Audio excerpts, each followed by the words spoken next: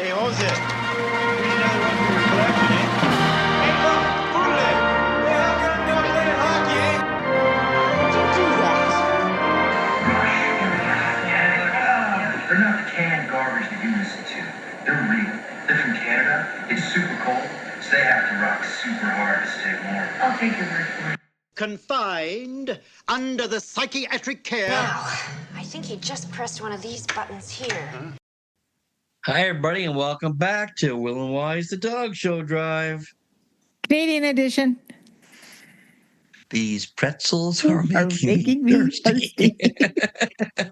So today on the Dog Show Drive, we're going to talk about, there was some controversy in junior handling a few weekends ago. So we're going to clarify that with our friend of the show, Richard Paquette. And then we're going to carry on and talk about the zone finals, the rules to get to the zone finals and actually at the zone finals. Yeah. And then, and then we're going to talk about last week's question of the week. Yes. Limited shows. Yeah, limited shows, yay or nay. So how you feel about them. So yes. So all that and more on the Dog Show Drive. Canadian edition.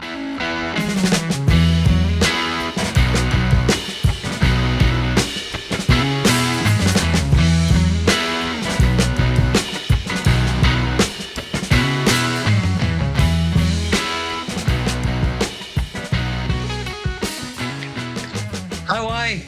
Hi, Will. How's it going? It's going well. Well, as to be expected. Well, as to be expected. Long time no see. Exactly. What do you think of that? I like it. I like it. Yeah. As I said before, though, can't see me because your big head's in the... There I am. But I had that made because I'm doing a book promotion at the Pet Expo. Pet Expo in Toronto at the International Center. Right. And I wanted to put this sign on the desk, so just maybe we can drum up some listeners, Yeah, from the general population that enjoys pets. My mom walks by and goes, "Hey, I already listened to that." For every hour on the hour. See if we get my sister involved now. Maybe I'll call some cousins up. They'll shoot by the show as well. We know her. So, did you? I'll explain to the crowd that, mom knows probably, but I'll explain. We're trying. Today is actually Thursday, so yesterday, this week's just came out, or last week's just came out. Correct. We're filming this, or we're recording this today because I'm going into the hospital tomorrow. Yes, for your surgery. Not just for lunch. A visit. Yeah, good cafeteria. Yeah. So you're going in for surgery. Cheese, excellent. Do you have any Grey Poupon? Anyway, so we're trying to get some in the bank so we don't. Yeah. So next week, mom doesn't miss me for a week. So. Exactly. So next week, so you can recover and we don't have to do a recording, etc. Or or you don't make it and we do a tribute the next time. Did somebody say tribute? Tribute. I'll be taking your ideas on the Facebook page for the tribute. Don't ask them that. Anyway, I'm sure you will be fine. Ooh, look at our string. Yeah. Yes. I won't sell out. TM. Yeah. So there wasn't much time between now and no, the there previous really one. wasn't. Did anything happen of interest? Did Mar get lost or anything? No, she came into work yesterday, so that was nice. But no, you know what I saw yesterday? What? I don't know. Go ahead. Okay. So Fanny was at the office, the dog. So we went home that night later. After work, we go home and I take her out to the yard to put her in the pen, and beside the poo bucket is a dead rodent. I'm not sure if it was a small rat or a very large mouse. I'm going to say large mouse. And when I'm talking large, I mean like, oh, no one can see me on the podcast. Yeah, this big. No, I'm serious. It was probably like 4 to 5 inches. And that was the body. I'm not talking the tail. Like the body was about 4 inches long. And it was, and you know, when you see, and it's dead, it's like all frozen, right? Because it's Thunder Bay. And it's like, eh. But I'm thinking, where did this come from?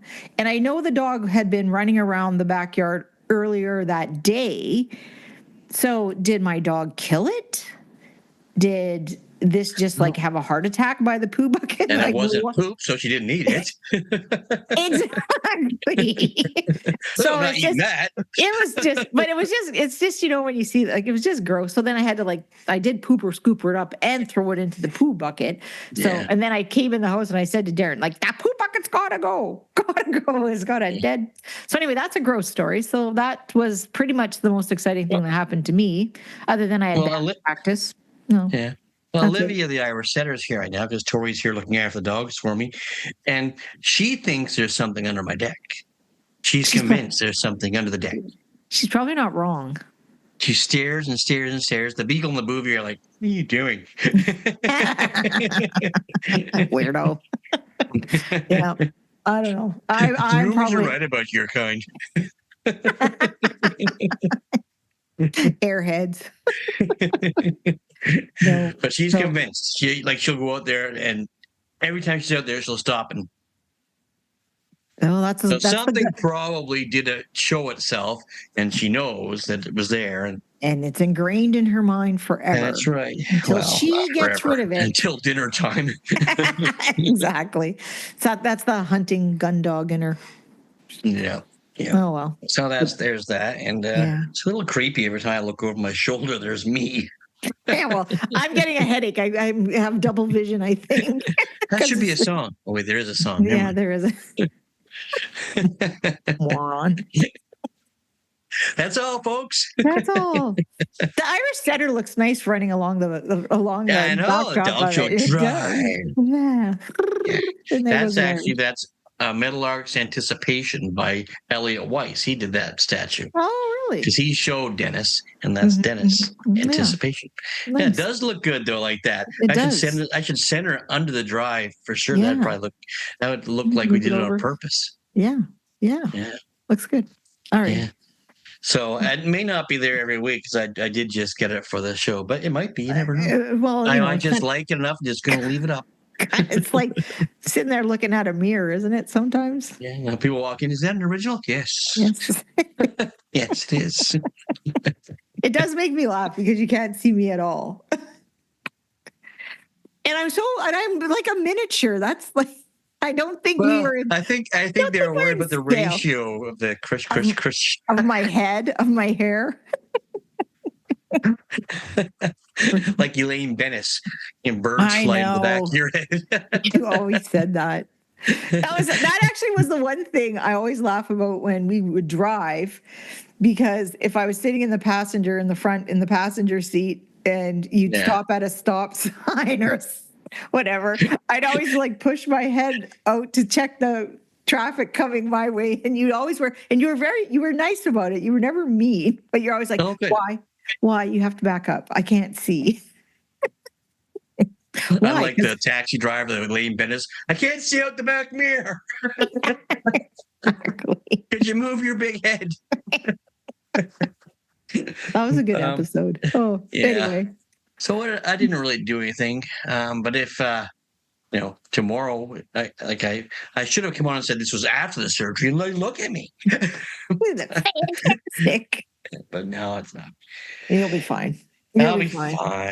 But I got my haircut ready for the surgery though, because last time I was in the hospital so long, my hair got a little crazy. I ended up having my sister cut my hair.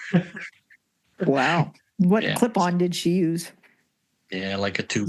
Was it a 2? I was just going to say, was it a 2? That like seems to be the choice of most men that use their shavers for their head is a number 2. But I'll grow it back out again, so when it's getting luxurious again next time. Yeah. You'll have a coif by the end of the month. Yes. All right. So let's go this week. Oh, go ahead with Across Canada. Why you're up?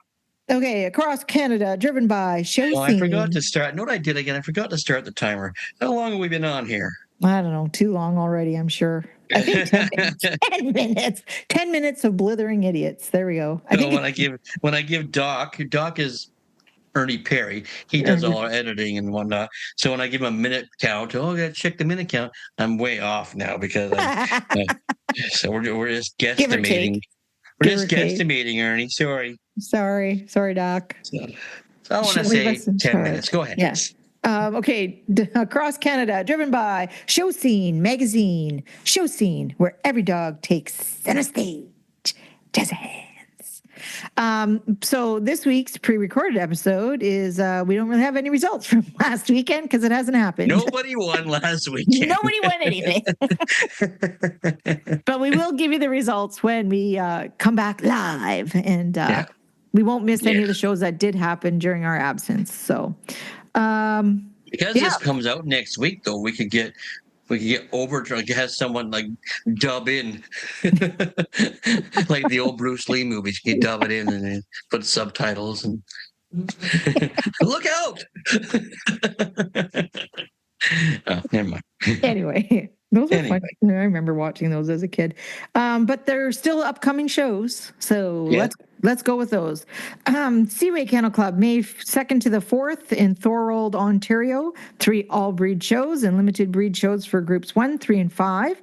The show's secretary is MJN, and it's the April 16th is the closing date on that.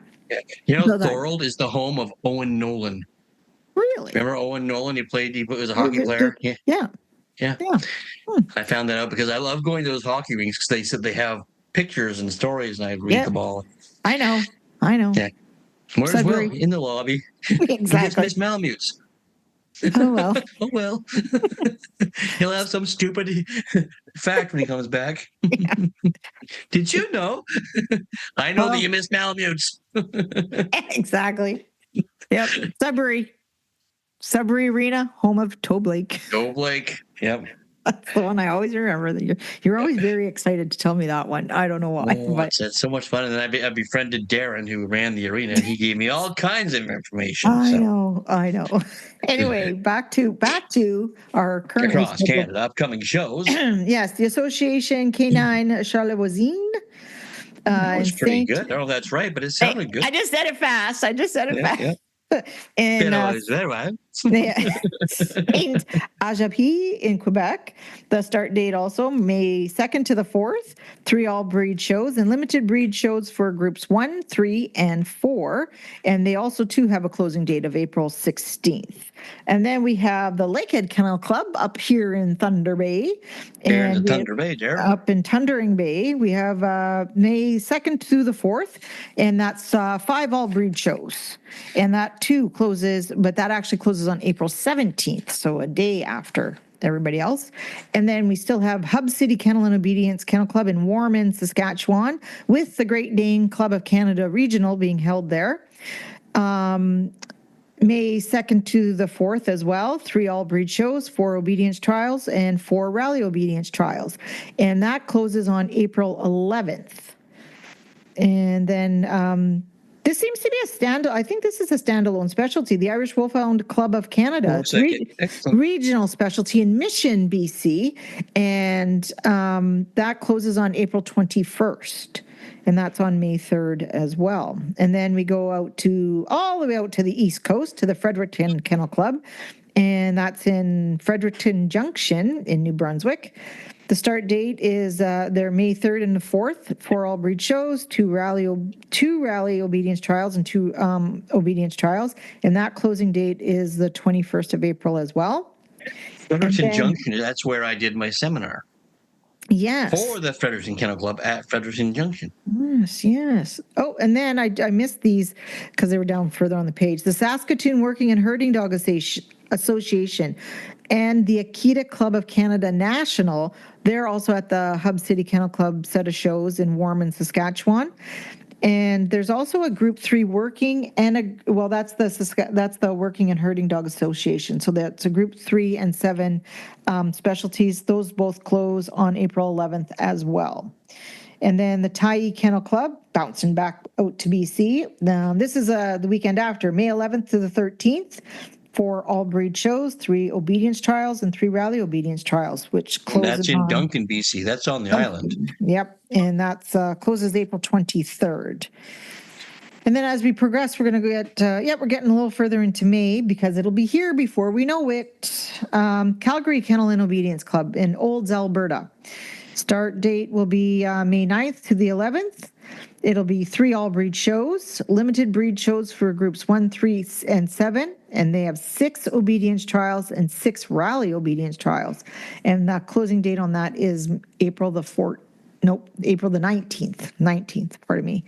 And then we go to Nipissing Kennel Club in Sturgeon Falls, Ontario. Sturgeon Falls, they changed. That used to be in Nipigon, which near North Bay, Nipissing. Yeah, near North Bay. Is it Sturgeon Fall? That's got to be in the same area. It's got to be the same area, but I'm just used to being held at that one arena where it was always so cold. Yes, another cold arena. Yes, and the dates for that show is May 9th through the 11th, and it's 6 all-breed shows, so limited shows for that. And the closing date on that's April 28th. And then there's another standalone specialty, the Western Canada Pekingese Club, and it is on May 9th, and that's also Duncan, BC. April 23rd is the closing date there. And then the Western Aussie Club, which is an ASCA club, which is the Australian Shepherd Club of America, even though it's Canada too. Right. And that's being held in Olds, Alberta, May 9th and the 10th. And it's 2 ASCA confirmation shows for Australian Shepherds. And there wasn't a closing date posted on that. But I think ASCA shows you can have post entries. And for those that don't know what post entries are, that means you can arrive at the show, and as long as you're there, I think it's, I don't know, it might be. I have an Australian Shepherd. I can enter here. Oh, excellent. Yes, you can. Yeah, and that's exactly. I just happen to have one in my truck. Yeah, honestly, that's what post entries are. And then finally, Dartmouth Kennel Club, May 10th and the 11th, 4 all-breed shows in Dartmouth, Nova Scotia, and they close on the 25th of April as well. Excellent. So lots coming up. Yeah, the show season is ramping up. It's right there. Is. So we give you the closing dates just in case you need a reminder, because you're looking at 2 people that need several reminders all the time. We were just discussing how we tell each other things that we need to get done. And by the time the end of the conversation comes around, neither one of us have remembered. Yeah. So now we have to write down things as we speak. As we speak. Yeah. Or we would get nothing done. So anyhow, that's that for Across Canada. And Across Canada is also brought to you, or the show details brought to you by Canuck Dogs, your canine event information online. There. That's very as good as good. that one. Very good. I did that off the top of my head. That wasn't even written down. Not a girl. So that was last week. Well, 2 weeks ago now. We'll be at the Scarborough Kennel Club. An incident took place. I don't know all the details because I didn't see the post, but apparently, junior handler was entered in junior handling, and they had a baby puppy. Yes. Of their own, and there's a rule about that, and it caused a lot of controversy at the show, and it caused enough that people posted about it. So we took it into our hands, and we thought, let's find out exactly what the rule is and get some clarity on it. So we're going to talk. What? Go ahead. Well, I looked up, and a lot of the discussion was. The fact that the rules are not that clear about no to this. So the junior handlers have their own, there is a rule book just for junior showmanship. So you can go on, the CKC has an excellent section to their website, and you don't have to be a member or anything like that. It's right on the regular CKC website, and you just go to junior showmanship, and they have an excellent section, and it has all about how to enter in junior handling, how to get involved in junior handling, and there is a there's a button that says rules and forms. And so if you click on that, like I did, you can go and find the all the rules that pertain to junior showmanship. And like the regular dog shows, it's a booklet. So there's a lot of rules that do pertain to junior. You're going to find out all about that because I believe Richard touches on all that. Yeah. So we're going to let Richard talk about it. Yeah, Richard Paquette's going to come on and clarify this rule for us and give us some personal thoughts as well, because rules, well, and we all, there's a lot of rules in our sport and they're not all good, so there should be some gray area. Some of them and said, like, there are some rules I think are a little bit on the ridiculous side, but they were obviously developed for a reason. Exactly. Incidents. That's what Richard touches on. So let's let Richard explain it all. Yep. Well, hello, Richard. How are you, William, this fine afternoon? Fine afternoon. I'm good. How's our traveling man doing? Oh, life is good. I've actually just returned yesterday from a month away. Wow. Started in Bratislava, Slovakia. Then I went on to judge at the Kentucky cluster, which was an amazing set of shows. And then I headed to the Philippines. So yeah, it's been a month away from home. It's nice to be home, sweet home. And the sun is shining here in Northern Ontario, but I have to say, we still got snow on the ground and keep getting sprinklings of snow. I drove up from Toronto yesterday and it's been snowing all the way from Toronto to Sudbury. Oh, geez. It snowed a bit last night here, and it's already gone. So, yeah, we're not as fortunate. I think the temperature's still just below zero. So even though the sun is shining, our snow isn't melting that rapidly. Yeah. Well, I hate to pull you away from your first restful day, but I have a question for you. And I gave you a bit of an idea of what it was, but there was an incident at the dog show this past weekend about a junior handling incident, and I would just like, I know you looked at the post yourself, so I'd like to have clarification from your side of it. So give us so that we have an idea what the real rule is. Well, again, don't get me started with Canadian Kennel Club rules. I mean, we have so many, too many, very vague ones, hard to interpret ones. It's a big frustration, but again, rules are a necessary evil. So what transpired this weekend was a young junior handler had trained their own puppy, which was still a baby puppy, meaning it's still in the 4 to 6 month class. And dog show rules, the definition of a non-regular class, baby puppy is in there.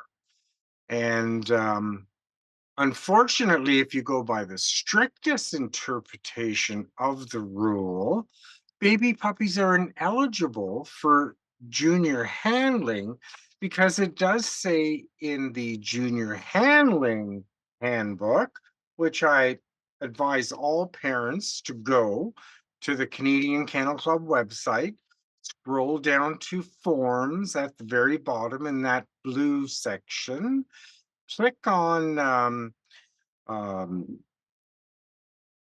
the forms for shows and trials, and within that you will see all the event rule books, including junior handling.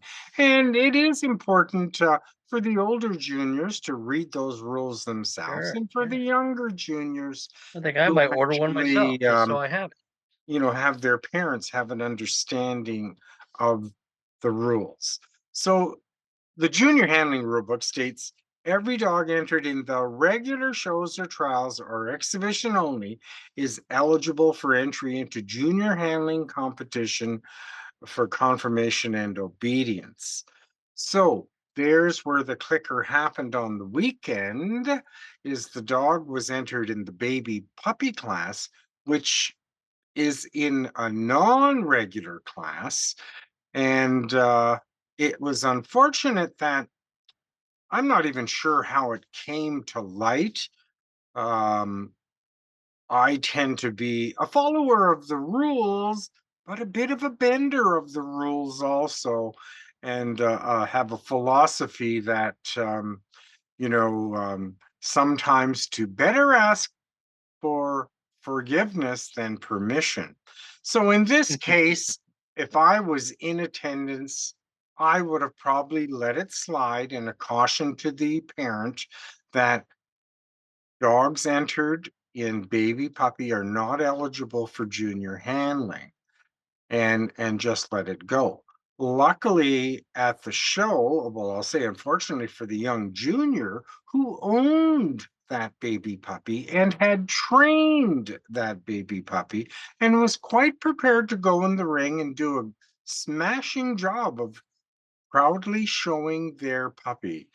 But the powers to be, some adult in the room or someone, intervened, and the long and the short of it, she was told, or the junior was told, don't know whether it was a boy or a girl, the junior was told that they could not show their baby puppy in juniors. Now, luckily, we have some old folk. I'll say a little old folk, but she'll kill me if she's listening to this.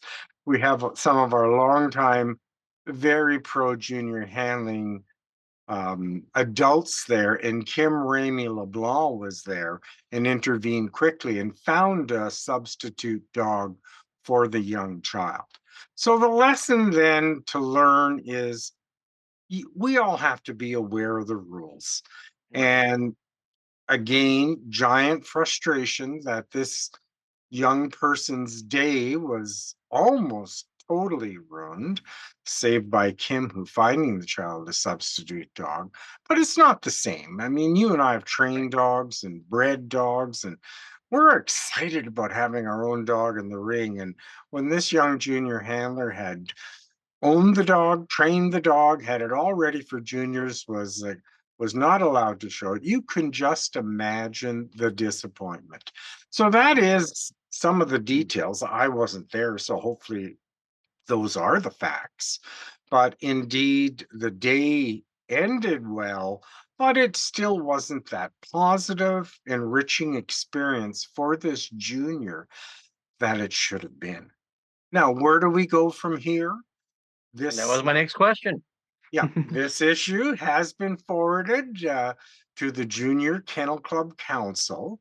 And while we're on that subject, as an ex-CKC director, I've received many complaints and concerns from members and exhibitors. Do not blame the big umbrella CKC.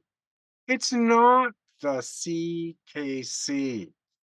All the rules, regulations, policies, and procedures pertaining to dog shows and pertaining to junior handlers may be having final approval by the board of directors, but all of these rules come from our councils and committees.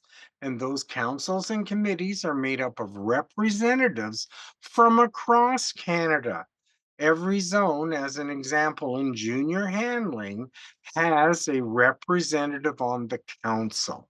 And the board, I can't remember too many instances where the board just has not rubber stamped the recommendations of the councils with respect to rule changes. So don't blame the big bad CKC. Blame yourselves for not being involved and lobbying your junior handling reps, or in the way of confirmation or obedience, your obedience and confirmation rep, field trial reps.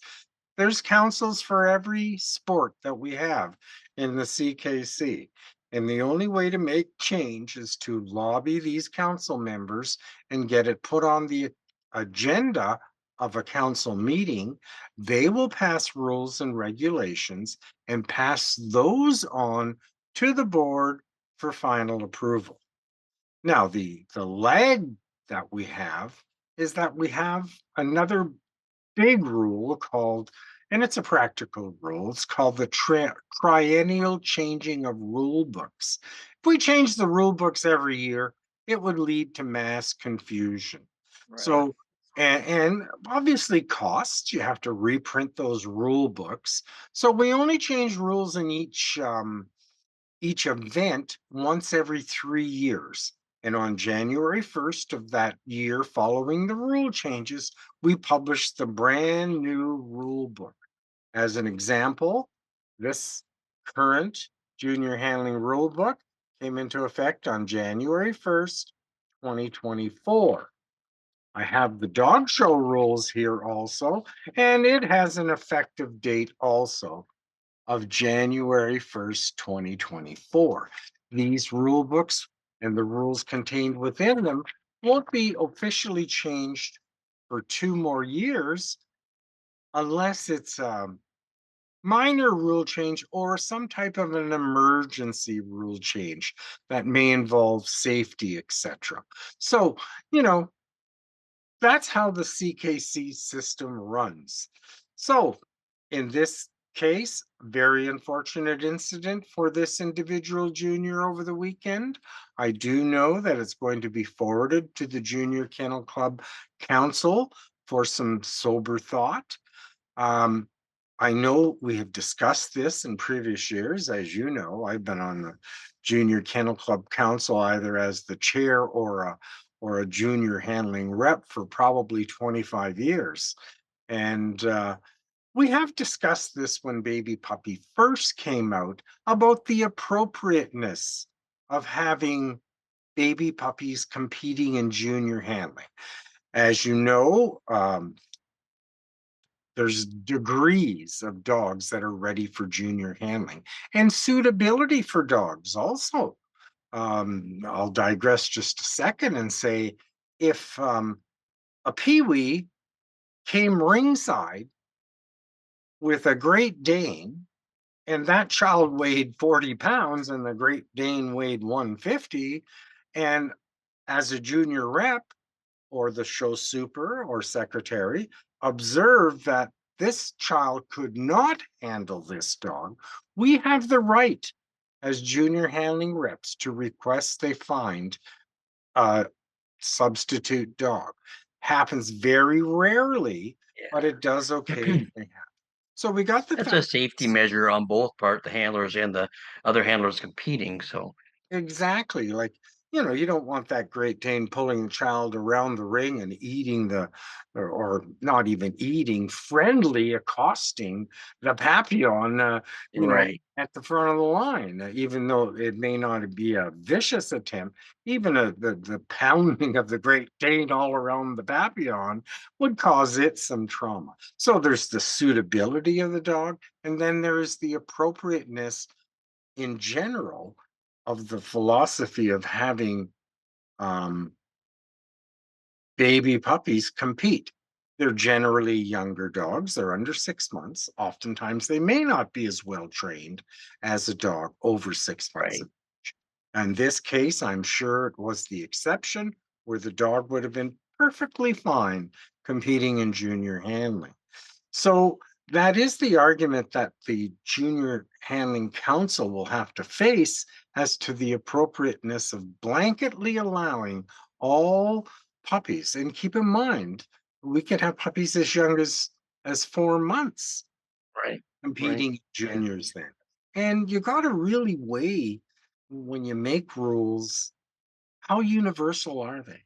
Will this rule fit at a major dog show or a small dog show or in the hinterland or wherever? Yeah, you have a small junior handling event in Sudbury as an example, where we usually get about a dozen kids. To have one dog in there causing a bit of disruption isn't going to affect the timing and outcome of the event. But if you have a major junior handling event in Southern Ontario, as an example, with 30 to 40 kids and the possibility of a dozen kids in the same class, and you have a disruptive baby puppy in there causing issues, how appropriate is that? So Yeah. again, I started off by saying rules. Don't, get me all hung up on rules, especially Canadian Kennel Club rules, because we have so many.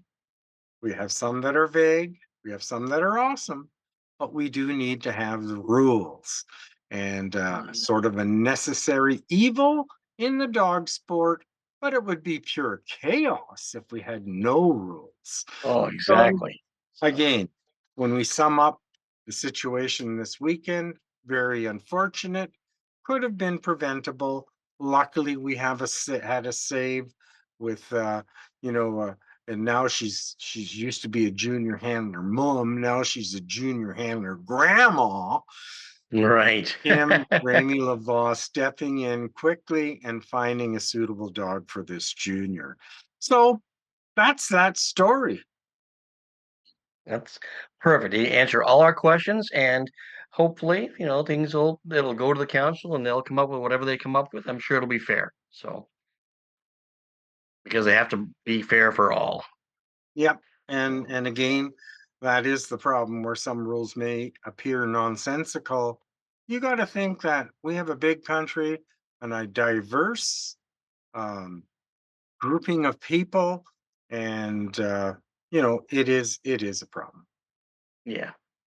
Again, well, thank you, Richard. I knew we could rely on you for clarifying for us. Sorry Well, to thank you. disrupt your rest period. Yeah, I'm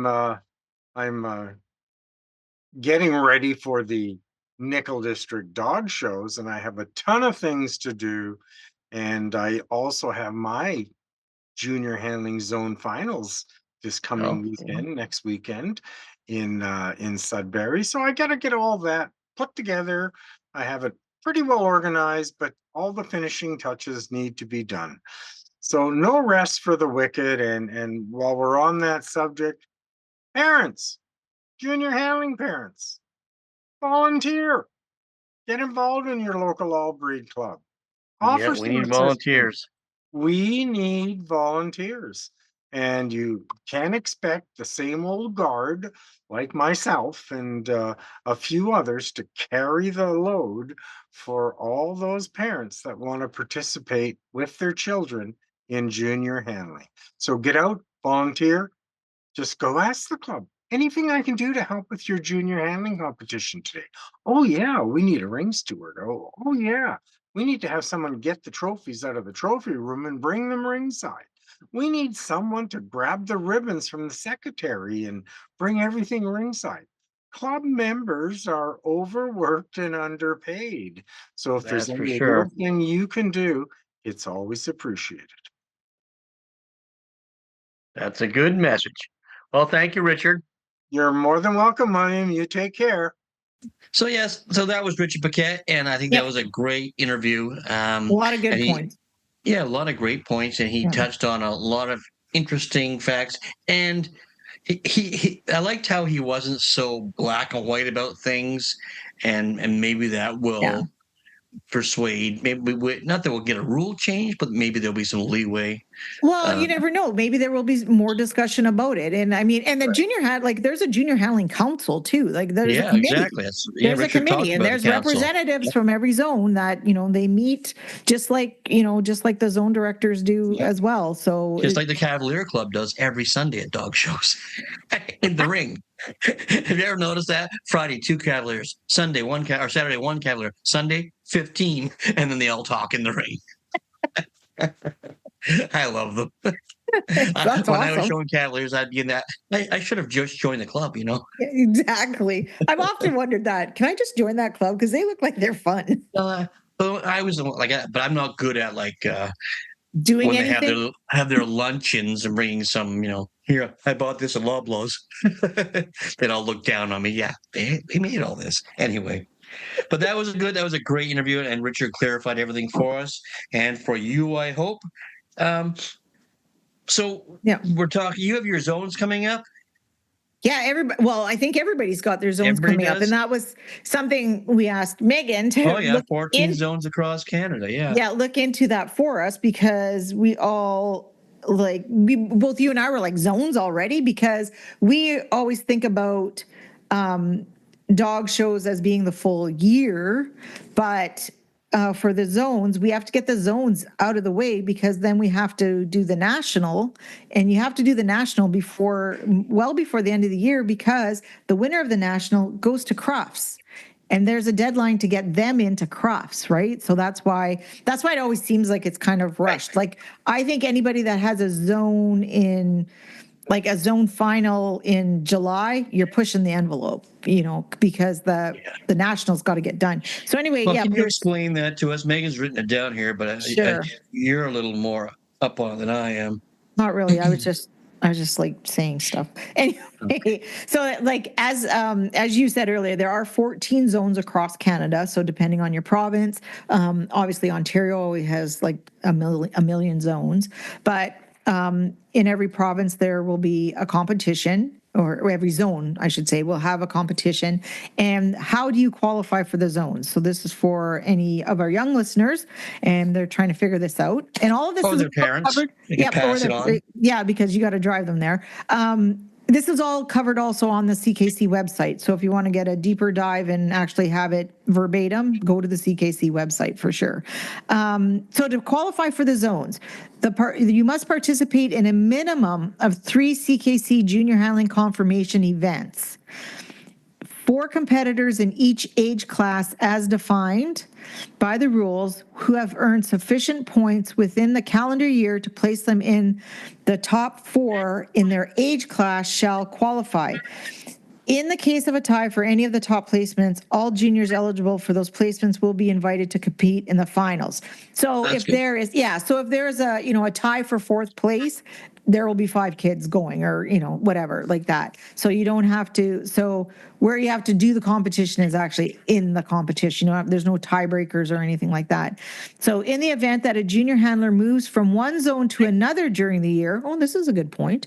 The junior handler should compete in the zone final in the zone in which they resided the longest in that competition year.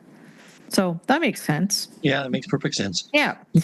So for my limited knowledge of how zones are run, because we have to remember that in every zone, you still will do all your age group age and ability qualifications, right? So there's like the junior novice, junior intermediate, and then same with senior.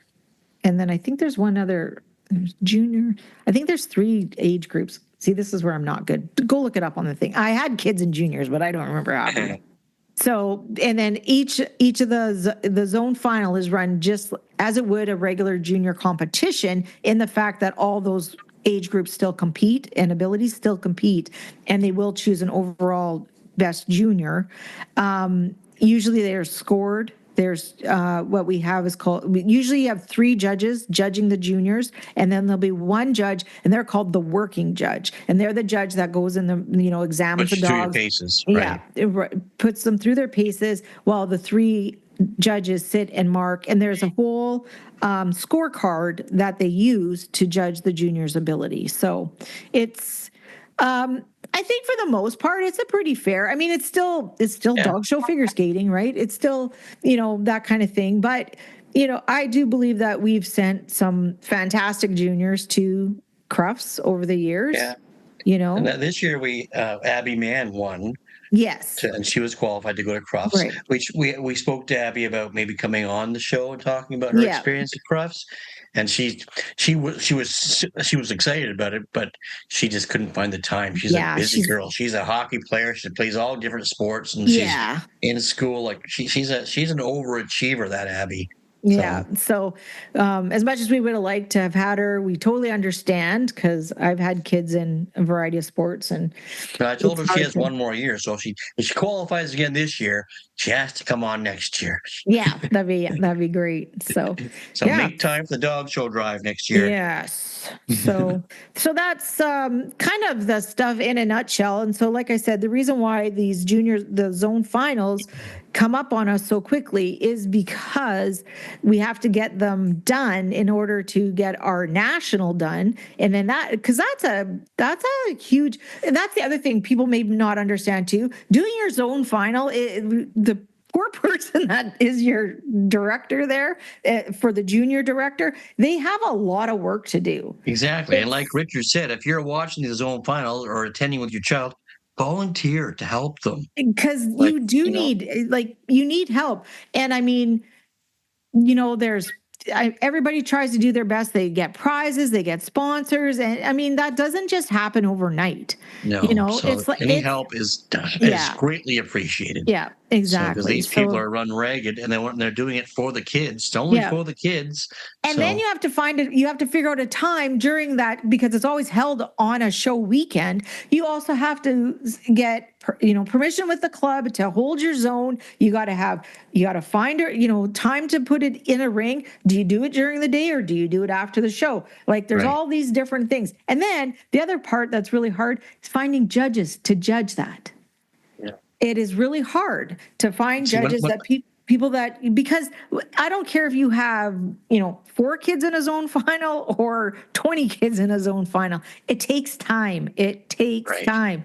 So anybody. When I was a kid, we didn't have zone finals. Yeah. Well, we had what we called back in the day was Ontario finals, and Elaine Whitney, I believe, was in charge back then of the juniors of Ontario. Is that the one you go to Scarborough Kennel Club? Yeah, Scarborough Kennel Club, and you had to qualify in your age group. I think you had to have 3 first or something, and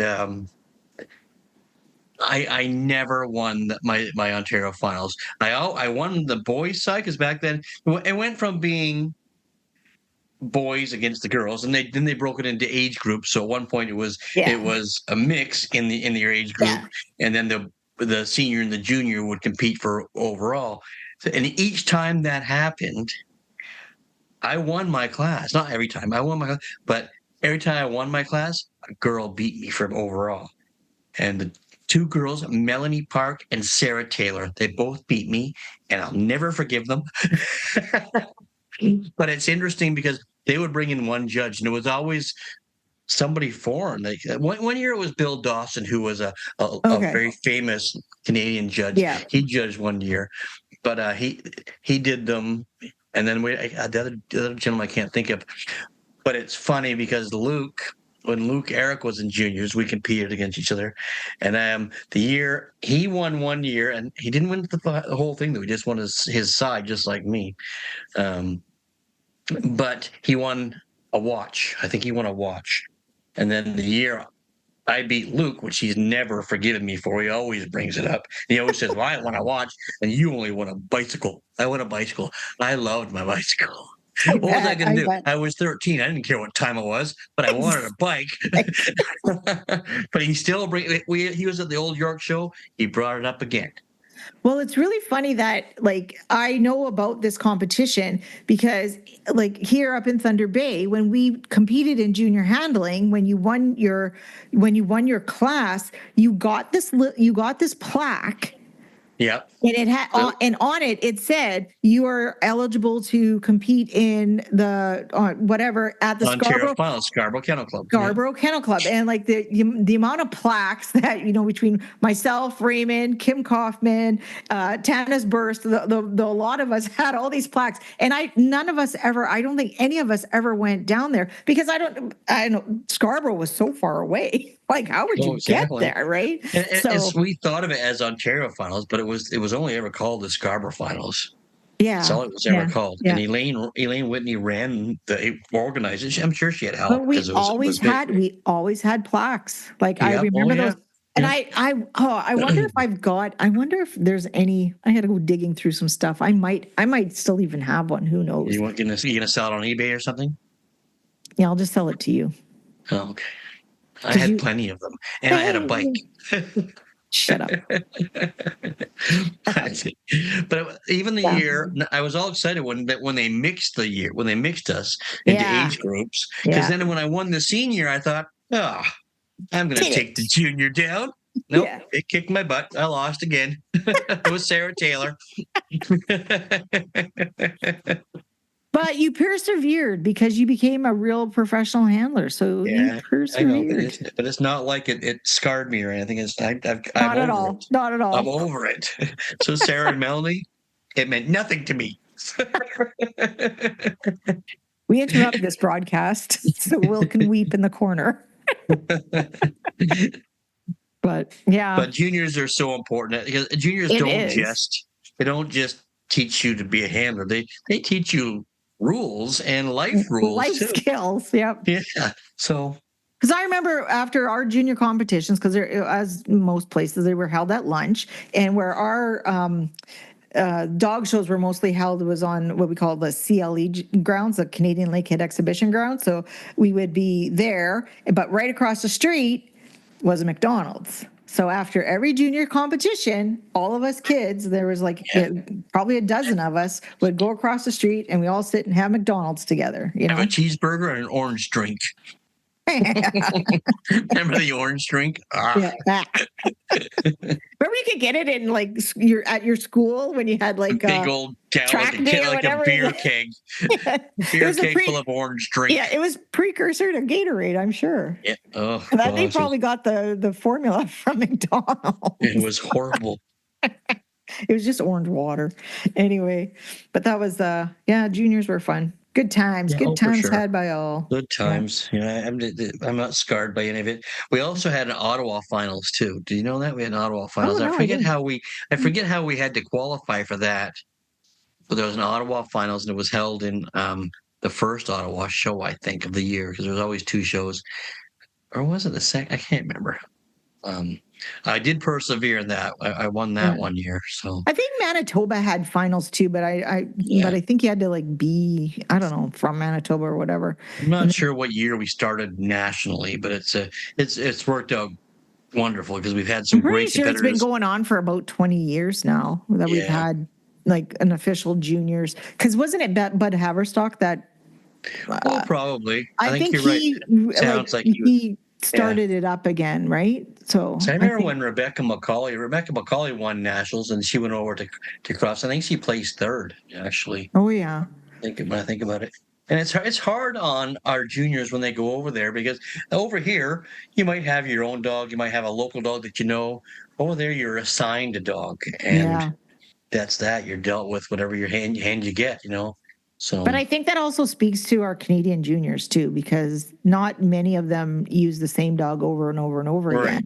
You know, whereas in the States, that's still a rule. I think you have to own, or it has to be a family member's dog or something like that in order to show it. So, So that's juniors is a wonderful learning experience, and it's nothing but good times mostly. Mostly. It's okay, Will. Anyway, carry on. Yes. So last episode we had we discussed limited shows, and so then we put it out to our listeners, and they did not disappoint, and we got some opinions from the general. We put the question up for question of the week. Yes. So. Do you like limited entry multiple shows a day? Why or why not? So. And it was interesting. It was Megan that noticed, because I tend to take the questions, or like take the post from the Dog Show Drive page, because it's a relatively new page. We have almost 1,000 followers now, where it's a relatively new page. So I shared onto mine, so it gets a little broader audience. And excuse me, Megan noticed that the difference in the answers from the Dog Show Drive page to my page. And that would have been. Yeah, but I remember, I forget. She's on the Dog Show Drive page, it was very pro. Yes, we love them, we love them, we love them. And then on my page, the percentage, the most, higher percentage of them were not so happy with them. So it's just interesting that the two demographics. Let's go through some of the answers, though. So, you can do Dar. Yeah. So Darlene, our friend Dar, friend of the show. Darlene Wildcock. Seeing as I live in northern Alberta, the limited shows make sense, but I think 4 to 6 shows in a weekend is lots for any dog and person. Some limited shows. So it does get it, and it depends the time of year. Like outdoor sunny shows, their dogs are exhausted. Your people are exhausted. So it's, I understand. The smaller shows need them. Haley Griff wrote, I love multiple shows per day.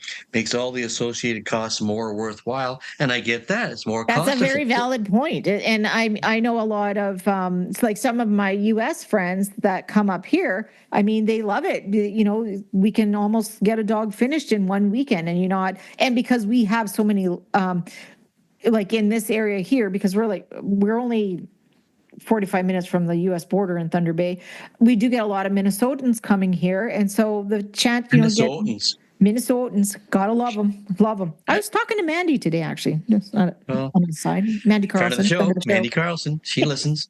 Yeah, she does. She said she needed to catch up. I was like, well, life gets in the way, It should just be like an alarm. It comes out, and you all just stop.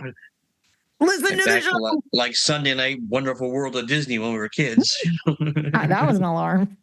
So anyway, I do understand, and like the associated costs, but it does, I mean, it's a draw for anyone, just like if you have a 4-day weekend and then there's associated specialties, X number of 7 sets of points for setters this weekend or for terriers this weekend. Sure. Right? Of course, I can see it being a draw. It's a bigger bang for your buck for sure. Yeah. So that's a totally valid point. So yeah. And then Jean Brunton, friend of the show as well. I've known Jean my whole life. Had the CKC not allowed multiple shows in the same weekend, shows in less populated areas would not have needed to resort to multiple shows. At one time, shows in my area drew over 300 dogs until they allowed Southern Ontario shows on the same weekend. And that's always been a complaint where there's too many shows on one weekend and it's watering down our dog population. Yep. We talked about that last show, like when I was a kid, Sault Ste. Marie, which is the kennel club Jean's talking about. Yep. It was the only show, so we all went, and it was a big deal. And I had some great memories as a kid there, because we had a great Irish Setter entry there, because there was a good Irish Setter population around there. Right. And it was almost like an Irish Setter club meeting at dinner time. I remember Gary Holmes, Chuck DeBone, my dad, Brian, like we were all there. Richard Lake and his girls, we were all there. Bob Gillum and Jean and her sister, they would be there. And those are some of the best dinners of that. They're stuck in my head, those dinners, because the numbers of people that were there, because we didn't always see the Northern Ontario people, because a lot of them couldn't travel north, but the shows that were there, if we all went there. Yep. Some of my best friends. I have great friendships because of those shows. Yep. Well, I remember back in the day, Thunder Bay, our shows, they used to be 300, 350. Bob and Elaine used to drive here all the time. Yep. Because there was nowhere else to go. That's right. So they were coming to Northern Ontario to show dogs. I remember that. I remember them at the show, and like the handlers that would show up here, like Eddie Henderson, Linda Smith, like from the West that came, Mark Dakin, like all those, And it was good to see, and it's good for the sport, and it's good for the club to have those type of people at your shows. It's true. It's just Luke great used support. to come up here all the time. Yeah. I used to fly out there. Remember, I used to fly out there, especially for the first weekend. There was the garden weekend. I remember the Argus Kennel Club, Barbara Burks. Argus. Yeah. And I think one year I did quite well. I may have won one or two of the best shows. And I advertised Westminster Kennel Club weekend. I remember that too. Yeah.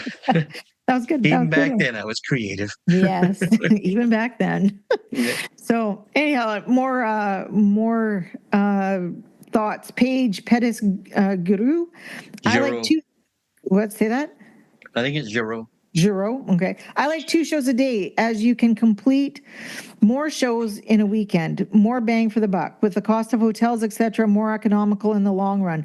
I just had 3 days and 6 shows in New Jersey. Much better than 3 shows in one weekend. And that's the other thing that I've noticed, is that in America now, they're having the limited shows. Yes, they are. And I never heard of that before, ever. And it's hard on some of the handlers, because we started to learn how to work them. We almost had 2 schedules, and we'd work from the schedules that way. Well, the American handlers they're actually calling us or contacting Canadians.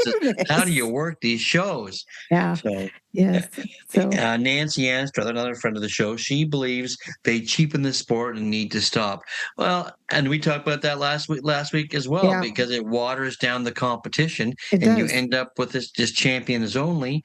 And some dogs don't get entered because there's a limit. So if you're a top dog and you didn't get entered, and you have a handler like me that's not on the ball and didn't get your dog entered, you miss out in that event. But the bigger shows The bigger shows, when there was just one show a weekend, everybody came. That means all the top dogs in the area came, instead of going, oh no, Yvonne's going there with the English setter, I don't want to go there. And Yeah, I'm go going off to somewhere another show. else. You took your chances, and it made for great competition. Yep. So There ended the lesson. Next. Aaron Henlon Hall, hate it. Dogs often do not make it in all shows due to limits. Makes it a waste of just go for, it makes it a waste to just go for one show. Also, we have too many shows.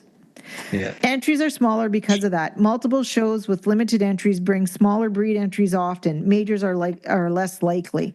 So Erin's American handler. She's a wonderful girl. She shows a lot of labs, but she's talking about it as a handler point of view there, because it is hard.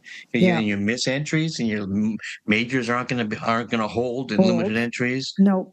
Well, because that's the other thing. Once, you enter, and I mean, this is more of like from a handler's perspective too, like you enter a show like that, and, you have a bunch of dogs in your truck that need majors. That could be for naught, like you've got nothing going on then. Yeah. And it's hard to double enter like a non-class dog.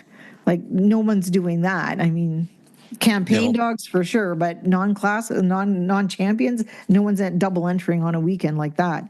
So Donna Matheson, they are almost a necessity in some of the more remote or less populated places in Canada. Some places still struggle to fill a 175 dog limit, let alone 200. With the rising cost of facilities, judges, transportation, accommodations, etc., it is needed if there are to have these shows. That was the thought when the CKC first came up with the idea. It was not for larger centers that could host one decent-sized show a day. And yes, it can be hard on everyone, but spoken as a ring steward who is generally on her feet for both of the 2 shows a day all weekend. So I understand what she's saying too. And I think it is the fact that, the original purpose of them was for remote entries. Remote areas, yes. Remote areas, for sure. And that makes sense for that. So when the clubs start taking advantage of it, just need it to boost their entry on a Friday because they can double it. I honestly think this, and I think Bob would, I talked about this at one point. We felt that if they made their limit, so if the limit was 200 and they made it like quickly within a week of the entries coming out, they weren't allowed to have a limited show next year. They had to go back to the one show a day because if you're in an area that's a busy area and you make your limit quick, you're missing out on a lot of dogs, and a lot of exhibitors are missing out on entering that day because it was limited. I remember during COVID when a lot of the shows were limited, we would scramble to make sure we got our dogs entered, and they'd be closed that day. Yeah. The day they opened, they'd be closed. Like, who do they think they are? The Garden? Yeah. Nicole Simpson, a handler from out west, she wrote, I like them for truly secluded kennel clubs. If a dog cannot handle 2 shows a day, only enter 1 a day. That's true. If they love showing, enter all and decide to pull if it is too much. Limited shows amongst all breed with no limits make no sense. The idea of a limit is seclusion. The idea for a limit, its seclusion, is you would never get 400 dogs a day traveling that far. I see what she's saying. So if it's again a remote, if you're never going to get 400 dogs a day, then go over the limit. So why not give those who do travel that for a couple extra sets of points to shoot for, so she understands that. The rules on distance really need to be looked at, as I think too many shows available at the same time can be the reason for low numbers, not necessarily the fact distance may be an issue. My 2 cents. Yeah. That makes perfect sense. We've spoken about that, but we're sitting at like, so I think the majority of us do agree the fact that we just have way too many shows now, but so who survives and who doesn't? Like that's where we're at now, right? Right. Well, yeah, exactly. So, because the CKC just can't say, to North Shore Dog Club, no, you're out. You can't have a show. But I also do think that maybe we could start looking at maybe some other weekends, or I don't know. Clusters. Yeah. You could have clusters where the weekend is a 4-day weekend. 2 days are Will Alexander Kennel Club, and the other 2 days are Wyvon Norton Kennel Club. Like, Yeah, you know what exactly. I'm saying? So that we could share a weekend. So they end up sharing the entry, Right. which is interesting because I believe Cross Creek, Patrick Mudge's show site in Cross Creek, New Brunswick, he does that with his clubs. He tries to cluster them so the first 2 days are a certain Yeah. club, and the last 2 days are a certain club, and it kind of shares the entry. And you think It about it, the would. judges are somewhat shared as well, so you're cutting expenses with 2 clubs. Yep. So it makes a lot of sense to build clusters that way. Yeah, And maybe totally extra does. travel for some club members, but it's just the way it goes. Yeah. If we're in dogs, we all travel anyway. So It's right. That's true. So true. Yeah. Can you hear that? no. Oh, good. Fanny's making her presence known. So if I scream Fanny, you know why. I'll just think Anyway. you have Tourette's probably anyway. Yeah, well, usually something like Jackie that. Vedder Wilson wrote, "It can be pretty hectic," and that's the truth. It is Like true. if It is you're true. entering more than one dog, it can be pretty hectic. And it's not just the handlers that enter more than one dog. A lot of times, rater exhibitors will enter more than one dog, and For it sure. does get hectic. It's Yeah. hard to because there's less dogs there trying to move it faster, get it done. It gets hectic. So And the other problem I find with the limited shows too is, and I don't know if that, like, I'm still reading through all my CKC rules for my judge's exam, but I don't know, can you do like one show in the morning and one show in the afternoon? yes, yes, you So can. Depends on the show secretary Yeah, see, or the superintendent. I think They decide on that. there's a knack to running Yes. limited shows too, and I don't When like they run correspondent, when they run together, it's hard to keep track of. It's And then so you get at the hard. end of the day, and there's 2 best in shows at the end of the day. And if you got lucky and your dog won both groups, they're tired in the second best in show. They are, because they've had So, to just been doing that. I little like the ones that marathon. if they're going to have 2 a days, I like it. Get it all. Get One in the show morning and one done in the by afternoon. noon, lunch break, and then show number 2 starting in the afternoon. Yeah. Yeah, I agree. Totally agree. Ann Maya just ring stewarded at a 2-show in 1-day event with limited entry. Must say I much prefer 1 show a day with no entry restrictions. So then there's Abigail Van Meter. No, too many conflicts, too little time to prepare the dogs to look their best. And see, Abigail is an assistant, and she works for Eileen Hackett. Very Eileen busy. Hackett, yes. Yeah, very busy. So I understand that it's Good very handling. hard. Yes, to get them all together. and I'm speaking from an assistant's point of view too. It is very hard. Plus, if you've got to breed like a Shih Tzu or a standard poodle, well, there's no, like, they have to be done up all day long basically, and have to be, out. Oh, for sure, it's hard on certain breeds for because sure. let's face it, if your Shih Tzu is all done up, you're not taking them for a walk in between. You ain't throwing them in their crate so they can have a nap either. Like, that's just not, and depending on the schedule itself, not happening, right? So, yes. So I think that's right. So what's this week's question? Ooh, this week's question, which we had to think about. Yeah. So, so this week's question, and you'll have lots of time to answer it because we won't be here next week. In kind, Fanny. We heard that. What makes you decide to not enter under a certain judge? Yeah. So what kind of criteria do you look at when deciding if you're going to show to this judge or not show to a judge? And explain your answer. I don't want you to come and just blurt because they're this or they're that. I don't want to hear that. We don't want names. We want you to keep it PC. But what are some of the deciding factors? There's a lot of times I will look at a judging panel and be like, yeah, I ain't walking across the street to show to them. And we all have had seriously, I'm being real here. But all right. But a lot of us do. And, the best, I love when breeders answer this question, because breeders have been around for a while and they Right. They pick and choose. Handlers will tend to try judges for longer periods of time. Well, it's the nature of our sport in that regard, because if you're campaigning a dog, Fanny, seriously, if you're campaigning a dog, you sometimes you don't have a choice either. Like you just got to go and you got to show. For the breeders. And I'm afraid, and that, I always tell people that too, the only voice you have, if you're not happy with a certain judge's decisions or consistently, the only voice you have is not entering. Yeah. Not entering into those people. Yep. So and people notice, like clubs notice if a certain judge's entries are down, they'll notice, and they may not get that next assignment because of it. So that's the only voice you have. Right. You can't complain. You can complain all you want. No one's going to listen. But if you don't enter, because they'll say, "Oh yeah, you can say all you want." They draw a great entry, but if they don't draw a great entry, then people will take notice. Exactly.